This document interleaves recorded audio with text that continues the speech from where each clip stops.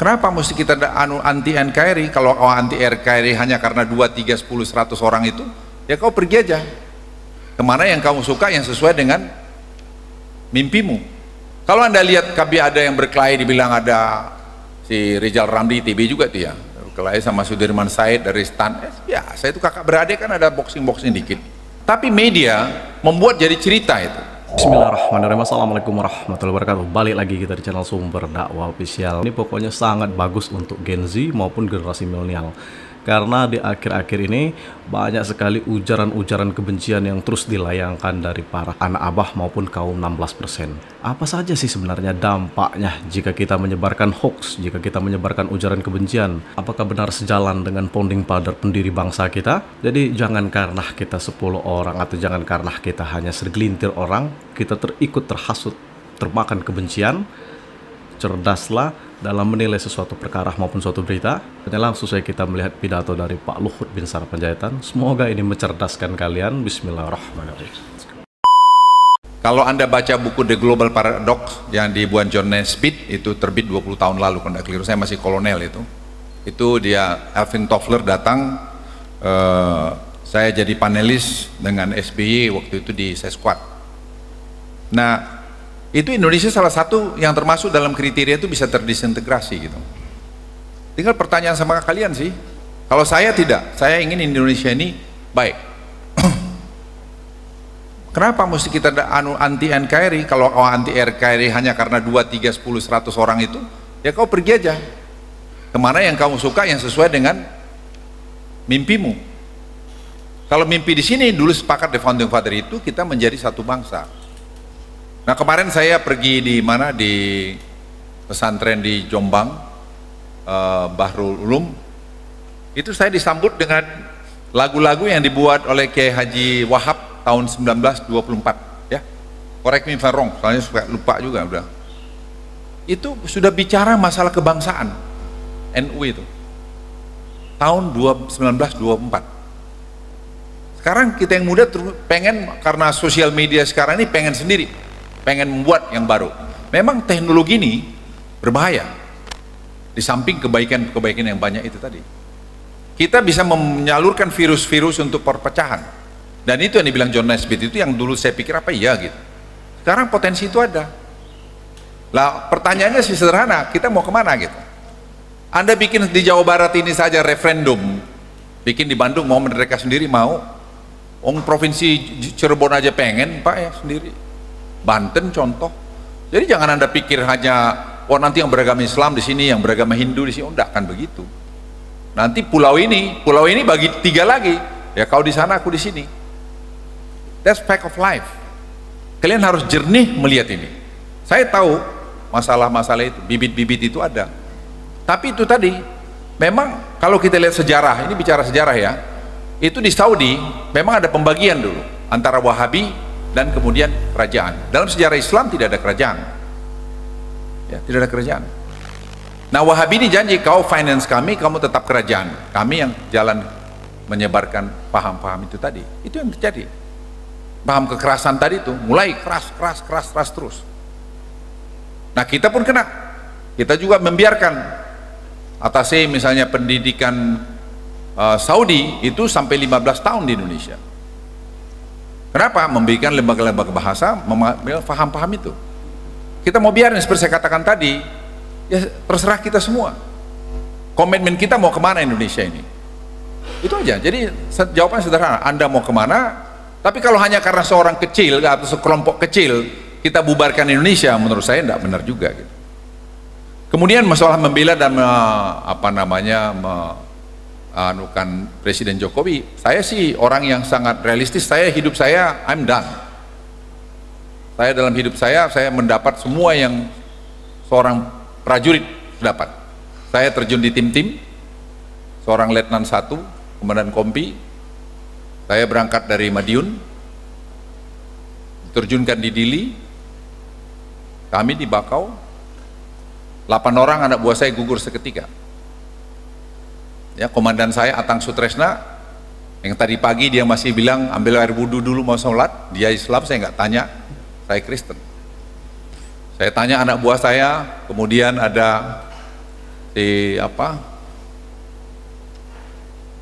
Dirman dan Ru saya malam itu masih ngomong, besok pagi sudah pergi check out. Kenapa? Kena kepalanya ketembak. Mereka inilah mewarnai hidup saya. Mereka nggak tanya, hanya apa? Untuk NKRI. Mereka nggak tanya loh, untuk apa saya pergi sana.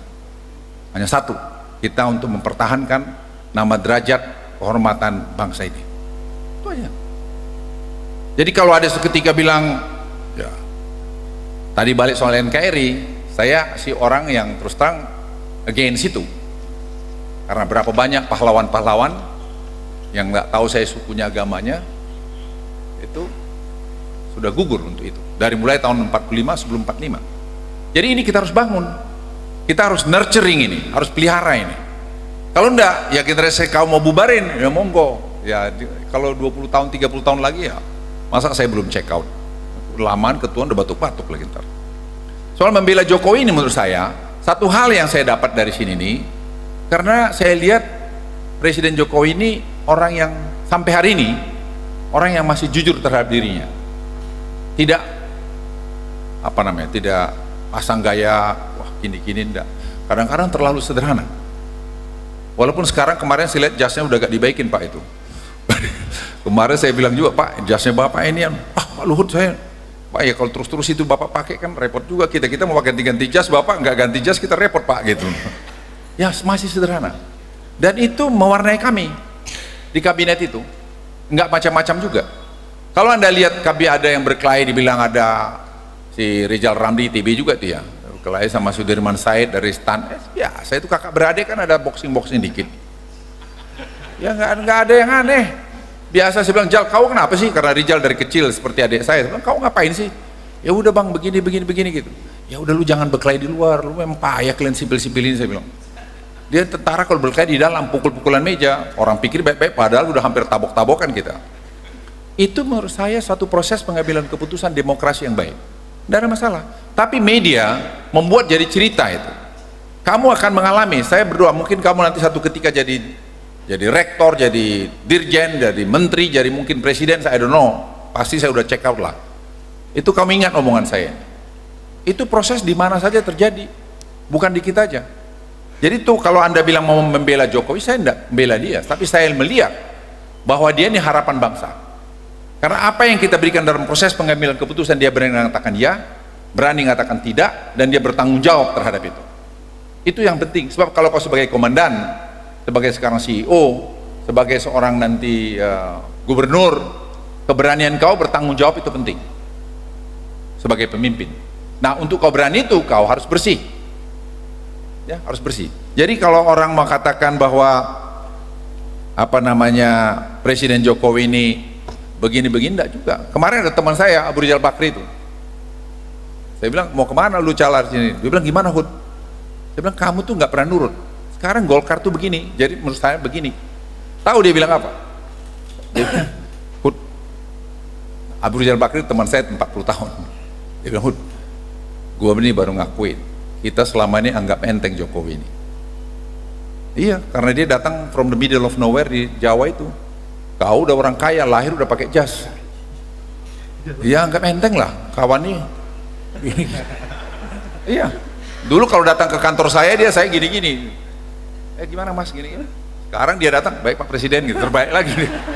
Ya that's life. Tapi tetap beliau tidak berubah. Ini saya berikan sama Anda, tidak berubah. Makan yang saya kenal dari 10 tahun yang lalu, ya seperti sekarang ini. Jadi kalau menurut saya, orang mau membela, dia bilang Pak Luhut silakan aja, orang mau nentang saya tidak apa-apa, yang penting saya kerja, saya ngabdi. Itu yang penting. Jadi kalian pun saya titip pesan, kau berbuat sepanjang itu baik untuk orang lain dan kau tidak melakukan kecurangan, kau nggak usah ragu, just move on. Kemudian yang kedua tadi mengenai Indonesia mau buat di mana.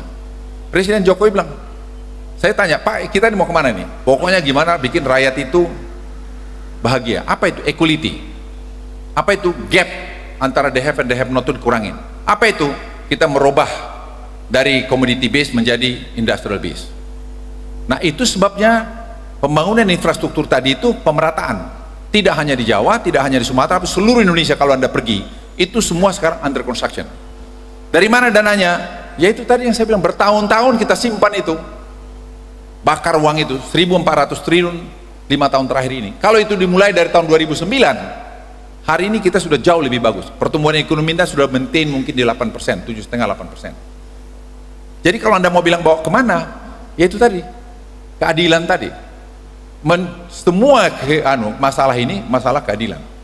Karena kita tidak memperhatikan, tidak melihat keseimbangan. Apalagi misalnya plasma, kita mau plasma sekarang sepanjang jalan, kami itu baru lihat perbatasan Kalimantan dengan Kalimantan Utara itu 1.700 km jalan.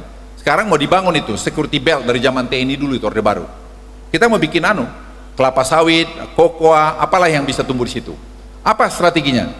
Plasma mau dikasih lebih besar. Apa itu? 1 KK dikasih 5 hektar. Nah, ini semua untuk apa? Pemerataan tadi. Karena kalau tidak, musuh terbesar kita nanti adalah ketidakadilan, kepemilikan tanah dan sebagainya. Ini public policy lagi. Jadi kalau Anda tanya mau kemana, ya tadi bawa keadilan tadi. Growth jangan growth ini tambah tanpa keadilan. Jadi pemerataan itu penting. Makanya selalu polisi pemerintah ini tadi bicara growth dan bicara pemerataan. Pemerataan itu tadi, makanya dari slide saya itu jelas menjadi hal yang sangat penting. Nah, pokoknya simpulkan kalian sendiri, dan tentunya kalian jangan lupa apa tujuan founding father kita, pendiri bangsa kita. Masa iya kita harus bubar jalan karena segelintir orang yang sedang sakit hati, lalu kita terhasut akan oknum-oknum yang tidak bertanggung jawab, yang jelas-jelas itu, kalau kata Pak Prabowo Subianto, itu ditunggangi oleh para asing untuk memecah belah bangsa ini. Sekarang saya melihat berita dengan acara-acara gosip lah, sudah tak ada bedanya lah kira-kira. 11-12 hampir mirip lah kira-kira. Karena mereka suka sekali menggoreng-goreng opini yang jelas data dan faktanya belum benar teruji, tapi karena apa itu, kalau kata Bung Kodari, karena algoritma atau sebuah trending topik di sebuah sosial media, mereka ikut-ikutan untuk mengangkat suatu berita yang jelas-jelas dipertanyakan itu kebenaran. Dah, saya akhiri. Tetap jaga persatuan Indonesia, jangan mau kita terpecah belah, jangan mau kita diadu domba, jangan mau kita termakan narasi isu hoax, berita yang sangat menyesatkan dari para penebar kebencian. Saya akhiri, wabillahi taufiq wal hidayah, wassalamualaikum warahmatullahi wabarakatuh.